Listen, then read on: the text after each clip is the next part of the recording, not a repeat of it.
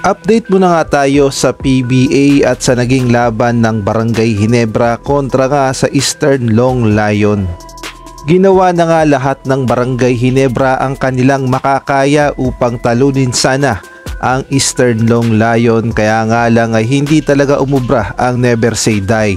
Samantalang si Justin Brownlee naman ay pinuputakti ng pambabatikos sa social media. Ngunit bago yan, pakipindot naman ang like, subscribe at ang notification bell para updated ka sa lahat ng aking ina-upload.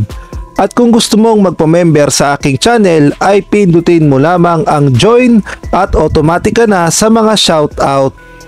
Pangatlong laban na nga ito ng Barangay Ginebra sa Commissioner's Cup kung saan nakaharap nga nila ang malakas na Eastern Long Lion na may record na 4-1. At masasabi nating sumabay naman talaga ang Barangay Ginebra simula first quarter hanggang second quarter.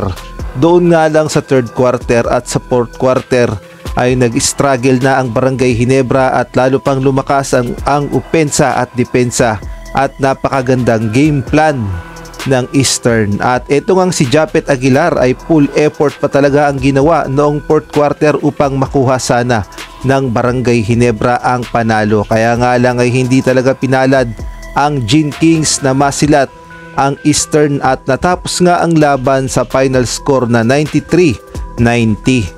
At bago nga tayo magpatuloy, shout out muna tayo.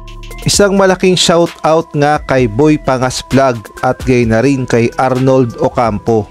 At sa aking mga members na sila Marcelino Junior Cruz, Marlo Bungalbal, Salvatores, Catherine Vigilla, Jobel Orot, Kuya Moto TV, Jamie Amadar, Nel Herbito, Mario Martir, Jeffrey Cruz, at kay Chodoro Alonso, Kilas John Lloyd C, Edmond Cubal Supnet, Ronald Berbosidad, Jenna Domingo, Tirso Maceda Tears. Samantalang sa pagkatalo nga ng Barangay Ginebra ay talaga namang pinutakti ng pambabatikos itong si Justin Brownlee mula sa social media.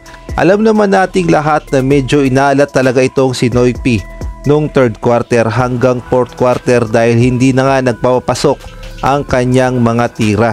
Kaya naman sa social media ay pinutakti siya ng mga haters at bashers ng Barangay Ginebra.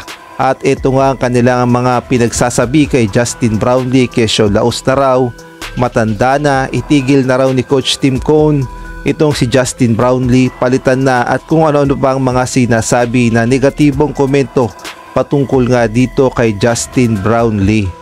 At grabe nga ang kanilang mga sinasabi, para bang wala nang silbi itong si Justin Brownlee sa Barangay Ginebra at ganyan na lamang ang kanilang mga pangbabatikos. Alam naman nating lahat na wala pang pahinga talaga itong formal si Justin Brownlee dahil nagamit na nga sa Indonesia sa Pelita Jaya tapos pinaglaro pa sa Gilas Pilipinas sa FIBA Asia Cup Qualifiers, tapos ilang araw lang o ilang linggo lang ang pahinga, sabak na naman sa Barangay Ginebra.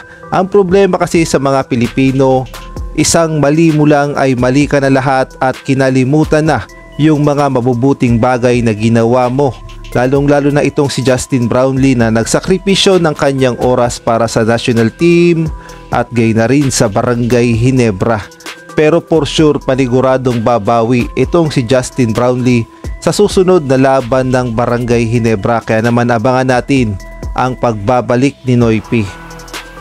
Naghahanap ka ba ng perfect place upang ikaw ay makapag-relax o kaya naman makapag-celebrate ng mga event o makapag-unwind? Well, dito ka na sa Aces Private Resort in Pampanga. Experience the luxurious and aesthetic modern private resort with Mount Arayat view.